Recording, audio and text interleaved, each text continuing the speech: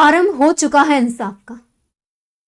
लेकिन दोस्तों, हम जानते हैं कि देरी से मिला हुआ इंसाफ नाइंसाफी से कम नहीं होता, और हमें तो यह इंसाफ 3 नहीं, न जाने कितनी मौतों के बाद मिला है।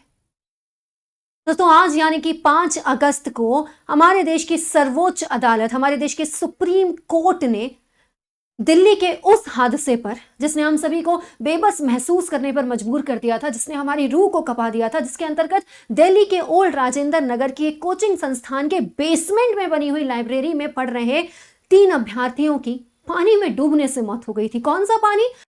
वो पानी जो कुछ मिनटों हुई बरसात की वजह से उस कोचिंग संस्थान के बेसमेंट में बनी हुई लाइब्रेरी में भर गया। आज हमारे देश के सुप्रीम कोर्ट ने इस घटना पर स्वतः संज्ञान लेते हुए न केवल दिल्ली सरकार से तीखे सवाल पूछे, बल्कि उन्हें और एमसीडी को नोटिस भी जारी किया। काश दोस्तों ये संज्ञान पहले ले लिया गया होता। काश हमारे देश के यूपीएससी एस्पिरेंट किस तरीके के हालातों में तैयारी कर रहे हैं, इस बात का संज्ञान हमारे देश की सर्वोच्च अदालत से लेकर सरकार ने पहले ही ले लिया होता, तो शायद आज ये तस्वीरें इस तरीके से बेरंग चित्रों में ना लगी होती। सुप्रीम कोर्ट ने आज कहा कि कोचिंग सेंटर देश के विभिन्न हिस्सों से आए अभ्यर्थियों के जीवन के साथ खेल रहे हैं। यह घटना आंख खोलने वाली है। सुप्रीम कोर्ट ने इस घटना को आई ओपनर इंसिडेंट बताया। उन्होंने कहा कि किसी भी संस्थान को तब तक संचालन की अनुमति नहीं दी जाएगी जब तक वे सुरक्षा के मानदंडों का पालन नहीं करते। जस्टिस सूर्यकांत और जस्टिस उज्ज्वल की खंडपीठ ने इस मामले में सुनवाई करते हुए केंद्र सरकार से, दिल्ली सरकार से और एमसीडी से जवाब मांगा, उन्हें शोकॉज नोटिस भी जारी किया। यहां पर पूछा गया कि कोचिंग सेंटरों में क्या है सेफ्टी के नियम, कोचिंग सेंटरों में सेफ्टी के लिए क्या नियम लागू किए गए हैं और वो लागू क्यों नहीं होते। आप जानते हैं कि इस घटना के बाद से उस कोचिंग संस्थान के मालिक, वहां के संचालक को न केवल गिरफ्तार कर लिया गया है, बल्कि आसपास की जो भी कोचिंग्स हैं, बताया जाता है कि लगभग 13 जो आईएएस के कोचिंग सेंटर्स हैं, उन्हें भी सील कर दिया गया है, जो अपनी बेसमेंट में लाइब्रेरी चला रहे थे या फिर किसी भी तरीके का ऐसा काम कर रहे थे, इस तरीके से कोचिंग संस्थान को चला रहे थे जिसकी अनुमति सरकार ने नहीं दी है।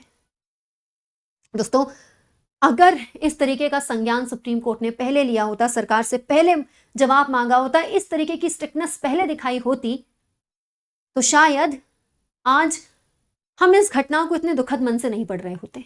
विडंबना यह है कि यह फैसला, ये सवाल तब किए गए हैं जब हमारे देश में भविष्य में जो प्रशासन की डोर संभालने वाले हैं, उन भविष्य के अधिकारियों ने, जब वो अपने एस्पिरेंट के दौर में थे, उस समय सड़कों पर उतर करके अपनी इन मूलभूत आवश्यकताओं के लिए गुहार लगाई।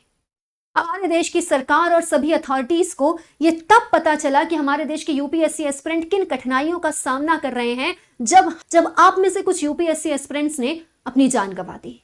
काश वो बिजली के तार पहले ही बांध दिए गए होते जिनकी वजह से करंट लगने से एक एस्पिरेंट की मौत हुई।